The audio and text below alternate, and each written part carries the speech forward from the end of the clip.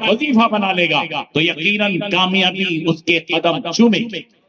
نبی رحمت حضرت محمد مصطفیٰ صلی اللہ علیہ وسلم پر سلام ہو، آپ نے بتایا، فرمایا سنو، لا یؤمن احدکم حتی یکون ہواہ تبعا لما جئت بہ۔ دیکھو، تم میں سے کوئی بھی آدمی سچا مومن، حقیقی مومن، کامل مومن اس وقت تک نہیں بن سکتا جب تک کہ اس کی خواہشات میرے لائے ہوئے احکامات کے تابع نہ ہو جائے۔ تمہاری خواہشات تمہیں معلوم ہیں، تمہاری خواہشات تمہارا رب تم کو تمہاری خواہشات کی طرف لے جائے گا، لیکن اگر تم ان خواہشات کے پیچھے ہی پڑے رہو گے تم کامل مومن نہیں بن سکتے، اگرچہ کہ تمہارا ظاہر بڑا ہی اچھا لگ رہا ہو، تم بظاہر مسلمان لگ رہے ہوں، تمہارے کرتے، تمہارے پاجامے، تمہاری ٹوپی، تمہاری داڑھی بتا رہی ہوگی پوری دنیا کو کہ تم بڑے مومن ہو، لیکن اللہ اور اس کے رسول کی نگاہ میں کامل مومن بننے کے لیے یہ لازم ہے کہ تمہاری خواہشات کو نبی کی شریعت اور نبی کے احکامات کے تابع بنا دو۔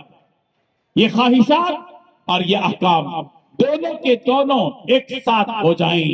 یہ عہد اور یہ معاہدہ رمضان کے موقع پر لیا جاتا ہے، ایک خاموش انداز میں پروردگار حکم دیتے بندوں کو روزہ رکھو۔ یہ روزہ کیا ہے؟ یہ خواہشات کا خاتمہ کرنے والا عمل ہے۔ آدمی کے دل میں خواہش ہوتی ہے میں کھاؤں، ٹھنڈی ٹھنڈی چیزیں مشروبات ہیں، کھانے کے لیے گرم گرم بریانی، حلیم سب کچھ ہے، موجود ہے، تیار ہے، لیکن خواہش یہ ہے کہ کھایا جائے، حکم یہ ہے کہ خاموش رہو، کھانے کی کوئی ضرورت نہیں۔ تم نبی کے حکم کے پابند بن جاؤ، اللہ کے حکم کے سامنے تمہیں اپنی خواہشات کو دفن کرنا ہے، خواہشات کی قربانی دینا ہے۔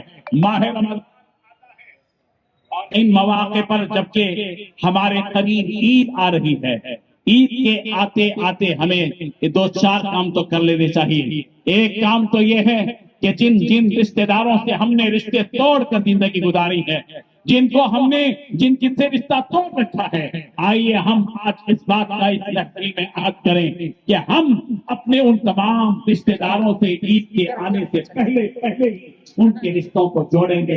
یاد رکھیے، ہم روزہ رکھتے ہیں، نماز پڑھتے ہیں، دیگر عبادتیں کرتے ہیں اور ہماری خواہش ہے کہ ہم کو جنت ملے، لیکن پیغمبر فرماتے ہیں لا يدخل الجنت قاطع، رشتہ توڑنے والا جنت میں داخل نہیں ہوتا۔